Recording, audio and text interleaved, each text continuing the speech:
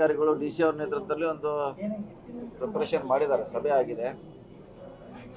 So ಈಗ ನಾವು ಕೂಡ ನಮ್ಮ ಉಸ್ತುವಾರಿಯಲ್ಲಿ ಕೂಡ ಒಂದು ಸರ್ಕಾರ ಡೈರೆಕ್ಷನ್ ಕೊಟ್ಟಿದೆ ಸಭೆ ಮಾಡಬೇಕಂತ.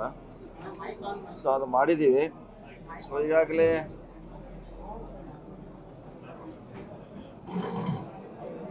ಈಗಾಗಲೇ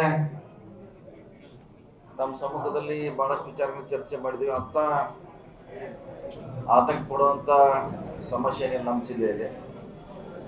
ಈಗಾಗಲೇ ನಮ್ಮ ಕುಡಿ ನೀರು ಕೂಡ 2 ತಿಂಗಳವರೆಗೆ ಮುಂಚೆನೇ ನಾವು ಡ್ಯಾಮ್ನಲ್ಲಿ ಸ್ಟಾಕ್ ಮಾಡಿ ಇಟ್ಟಿದ್ದೆವು.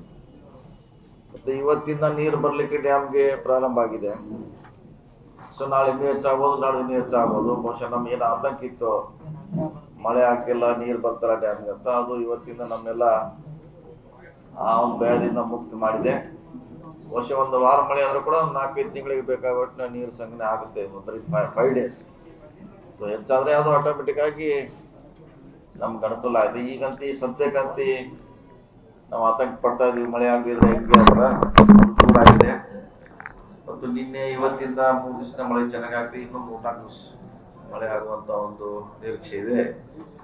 ಇಷ್ಟಾದ್ರೆ ಸದ್ಯದ ಏನು ಸಮಸ್ಯೆ ಇದ್ದ ನಾವು ಪಾರ ಅಕಸ್ಮಾತ್ ಕೂಡ ನೀರು ಬರ್ಲಿಕ್ಕೆ ಶುರು ಆಯಿತು. ಒಂದು ವಾರದಲ್ಲಿ ಕೂಡ ಅದು ಫುಲ್ ಆದ್ರೆ ಏನು ಶಾರ್ಟೇಜ್ ಇತ್ತು ಬೆಳಗಾವಿ ಸಿಟಿಗೆ, ಅದು ಕೂಡ ಸಂಪೂರ್ಣವಾಗಿ ಸಪ್ಲೈ ಮಾಡಲಿಕ್ಕೆ ಅನುಕೂಲ ಆಗ್ತದೆ.